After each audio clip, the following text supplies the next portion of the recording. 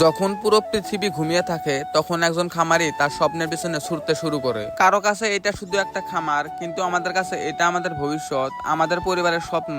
খাবার দিয়া, পানি দিয়া, পরিষ্কার রাখা। অনেকেই ভাবে ব্যবসা মানে শুধু টাকা আয় হয়, কিন্তু যারা সত্যি ব্যবসা করে তারা জানে প্রতিটি টাকার পিছনে থাকে ঘাম, পরিশ্রম আর অনেক রাতের চিন্তা। কখনো খাবারের দাম বেড়ে যায়, কখনো বাজারের দাম কমে যায়, কখনো অসুস্থতার ভয় থাকে, তবুও আমরা থেমে যাই না। খামারি ক্লান্ত হয়ে বসে যায়। কিছুদিন এমনও আসে যেদিন মনে হয় সবকিছু ছেড়ে দে, কিন্তু তখনই পরিবারের মুখটা সামনে ভেসে উঠে। মায়ের মুখের হাসি, বাবার স্বপ্ন, নিজের ভবিষ্যৎ। আর তখনই নিজের মনকে বলি, না, আমাকে পারতেই হবে। কারণ ছোট ব্যবসা বলে ছোট হয় না। আজ হয়তো এটা একটা ছোট্ট খামার, কাল হয়তো এই খামারটাই অনেক বড় হতে পারে। আজ হয়তো কয়েকটা মুরগি, কাল হয়তো শত শত মুরগি হতে পারে। কারণ সফলতা একদিনে আসে না, প্রতিদিন একটু একটু করে নিজের স্বপ্নকে বড় করতে হয়। যে মানুষটা নিজের হাতে পরিশ্রম করে সে কখনো ছোট নয়। মাটিতে দাঁড়িয়ে যে স্বপ্ন দেখে, একদিন সেই স্বপ্ন তাকে অনেক দূর নিয়ে যায়। তাই ব্যবসায় ক্ষতি হলেও ভেঙে পড়বেন না, বাজার খারাপ হলেও হাল ছাড়বেন না, মানুষ হাসলেও ভয় পাবেন না। কারণ আজ যারা আপনার সংগ্রাম দেখে হাসে, কাল তারাই আপনার সফলতার গল্প শুনে। মনে রাখবেন, টাকা হারালে টাকা উপার্জন করা যায়, কিন্তু সাহস হারিয়ে ফেললে স্বপ্নটাও হারিয়ে যায়। তাই যত কষ্টই আসুক, নিজের কাজকে ভালোবাসুন, ধৈর্য ধরুন, শিখতে থাকুন আর